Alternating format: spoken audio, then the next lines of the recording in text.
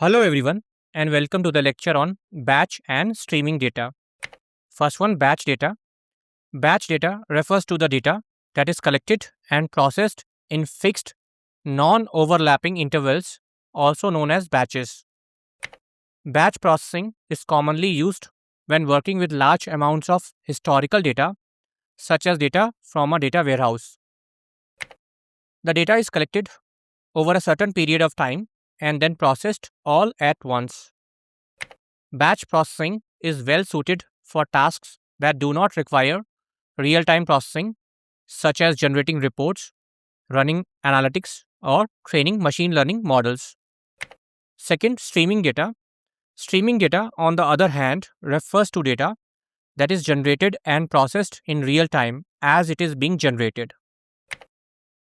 Streaming data is typically generated by various sources such as IoT devices, social media, or financial transactions.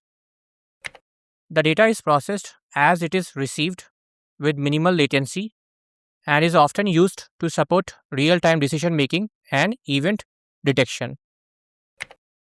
Examples of streaming data processing include monitoring sensor data, analyzing social media feeds, and detecting fraud in financial transactions. So, a quick comparison between batch and streaming data. So, first aspect is processing timing. For batch data, it is fixed intervals, and for streaming data, as the data is being generated. Second aspect, data type. For batch data, the data type is mostly historical data. For streaming data, the data type is mostly real time data. Third aspect is latency. Batch data has higher latency, and streaming data has minimal latency. Fourth aspect is typical sources. For batch data, it is mostly data warehouses.